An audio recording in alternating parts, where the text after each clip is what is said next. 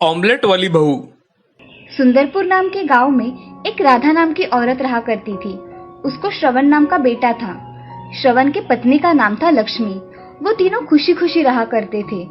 श्रवण का मजदूरी का काम होने के कारण उसे काम ढूंढने के लिए दूसरे गांव जाना पड़ता था। एक दिन श्रवण का दोस्त राघव उसके घर पर आ जाता है। तभी लक्ष्मी उसे चाय देती है। श्रवण और राघव बातें कर रहे थे। अरे कैसे आना हुआ? अरे श्रवण, तुमने मुझसे 50,000 रुपए लिए थे, वो कब लौटा रहे हो? अरे मेरे दोस्त, जल्दी लौटा दूंगा, थोड़ा और वक्त दे दो।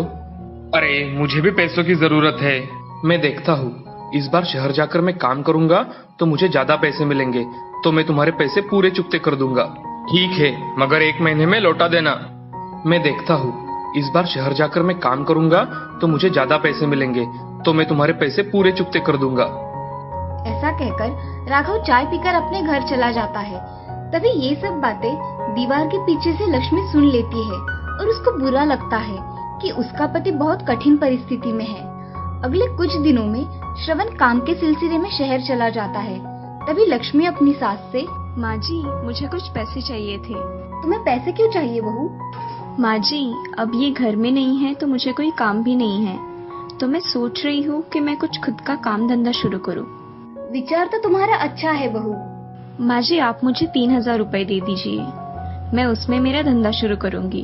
ठीक है, तुम कह रही हो तो ये लो 3,000 रुपए। धन्यवाद माँ जी, मैं आपके पैसे जल्द ही लौटा दूंगी। ऐसा कहकर लक्ष्मी वहाँ से चली जाती है।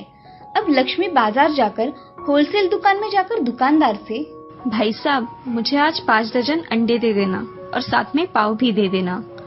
मुझे हर रोज अंडे और पाव लगेगा, तो आप अच्छे दाम लगाना। मैं आपको अच्छे दाम ही लगाऊंगा, मगर आप क्या करने वाली है इतने अंडे और पाव का? मैं नया धंधा शुरू करने वाली हूँ, ऑमलेट बनाने का, इसीलिए मुझे अंडे और पाव हर रोज लगेंगे। अच्छा, आप कहाँ खोलने वाली हो दुकान? मैं आऊंगा आपके दुकान पर ऑमलेट खाने के लिए। मैं मेरा दुकान घर के सामने डालने का विचार कर रही हूँ। तो ठीक है, मैं आज ही आ जाऊंगा आपके दुकान पर। लक्ष्मी बहुत खुश होकर दुकानदार से, ठीक है भाई साहब, आप मेरे दुकान के पहले ग्राहक होंगे, आप जरूर आना। जी। ऐसा कहकर लक्ष्मी सब सामान लेकर अपने घर चली जाती है और अपने घर के सामने एक छोटा सा दुकान लगाती है जिसमें वो काम की सब चीजें रखती है। तब दुकान पर लक्ष्मी ग्राहक आने का इंतजार करती है। तभी दोपहर के समय वो दुकानदार उसके दुकान पर आते हैं। मेरे लिए आपके हाथ का स्वादिष्ट ऑमलेट बनाओ बहन। जी, अभी बनाती हूँ। ऐसा कहकर लक्ष्मी बहुत ही अच्छे ऑमलेट बनाकर दुकानदार को देती है। दुकानदार को उसके हाथ का ऑमलेट बहुत पसंद आ जाता है। वो लक्ष्मी से, बहन, तुम्हारे हाथों में तो जादू है। मैंने आज तक ऐसा स्वादिष्ट ऑमलेट नहीं खाया। बहुत टेस्टी है ऑमलेट। धन्यवाद, आप मेरे दुकान पर आए, मुझे बहुत अच्छा लगा। लक्ष्मी बातें कर रही थी। तभी रास्ते से जाने वाली 2 औरतें नया दुकान खुला देख उसे देखने चली जाती है और दुकान के पास आकर लक्ष्मी से, अरे लक्ष्मी, ये नया दुकान तुमने खोला है क्या? हाँ, मैंने खोला है। आप आइए ना, मेरे हाथ का ऑमलेट खाकर देखिए। सुमति और सुशीला लक्ष्मी की बातें सुनकर उसके दुकान में ऑमलेट खाने के लिए आ जाती है। आप यहाँ बैठिए ना, मैं अभी बनाती हूँ ऑमलेट। ठीक है, जल्दी बनाओ। जी, अभी बना कर लाती हूँ। ऐसा कहकर लक्ष्मी ने उन दोनों के लिए ऑमलेट बनाया और उन्हें खाने के लिए दे दिया।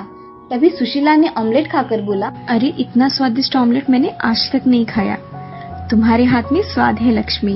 धन्यवाद सुशीला बहन, मुझे बहुत अच्छा लगा कि आपको मेरे हाथ का ऑमलेट अच्छा लगा। लक्ष्मी ऐसा कहती है और थोड़ी देर में सुशीला और सुमति लक्ष्मी के हाथ का ऑमलेट खाकर चली जाती है। उस दिन लक्ष्मी का धंधा अच्छा हुआ था।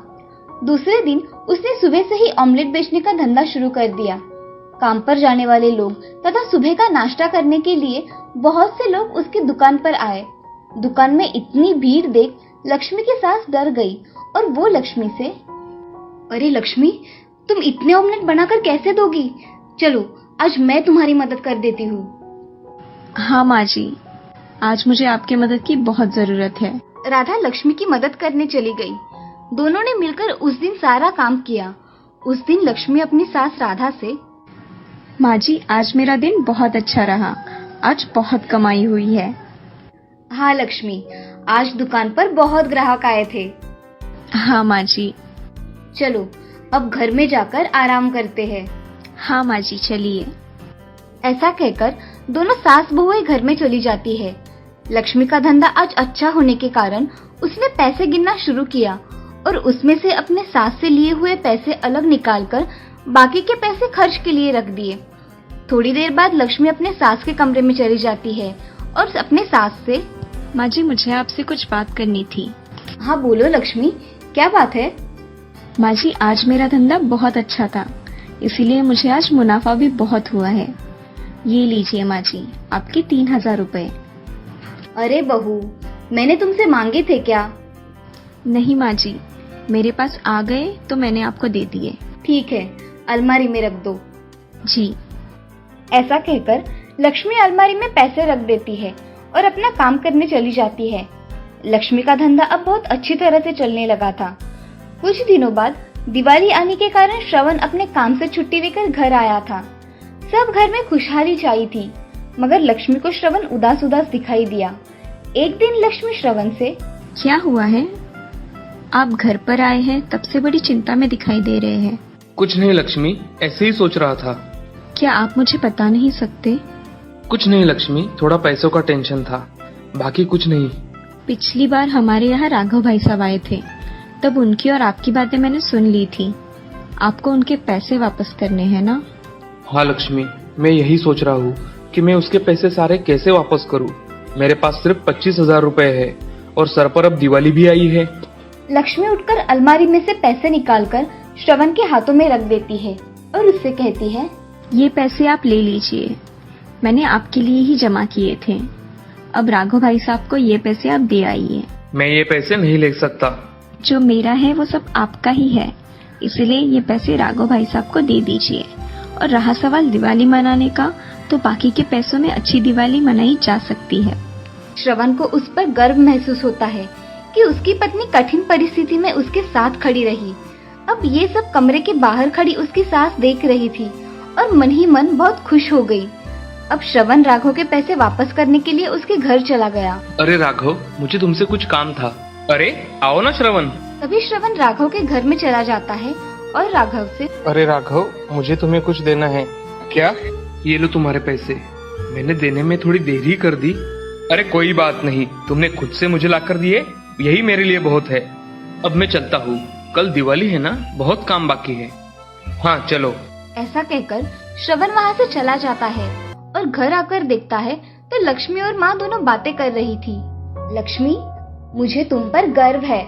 तुमने किसी की सहायता ना लेते हुए खुद का धंधा शुरू किया और उसमें बहुत मेहनत की। ऐसे ही तरक्की करो बहू। हाँ माँ जी, मैंने सब अपने घर के लिए किया और आगे भी करूँगी। लक्ष्मी, चलो आज मेरी ओर से हम दोनों साड़ियाँ खरीद लाते हैं। जी चलिए माँ जी। तभी श्रवण वहाँ आ जाता है। श्रवण की माँ श्रवण से, अरे श्रवण, आओ यहाँ बैठो। हाँ माँ, कहो। मैं सोच रही हूँ तुम अब काम पर ना जाकर घर का ही काम संभालो। बहू का ऑमलेट का बिजनेस बहुत अच्छा चल रहा है, उसको भी मदद हो जाएगी और घर भी दिखना हो जाएगा। हाँ माँ, मैं भी यही सोच रहा हूँ। ऐसा हुआ तो बहुत अच्छी बात हो जाएगी। चलो अब दिवाली की तैयारियां करते हैं। ऐसा कहकर तीनों दिवाली के काम में लग जाते हैं। अब लक्ष्मी का पति उसके साथ उसका धंधा संभाला करता था। ये देख लक्ष्मी बहुत खुश थी।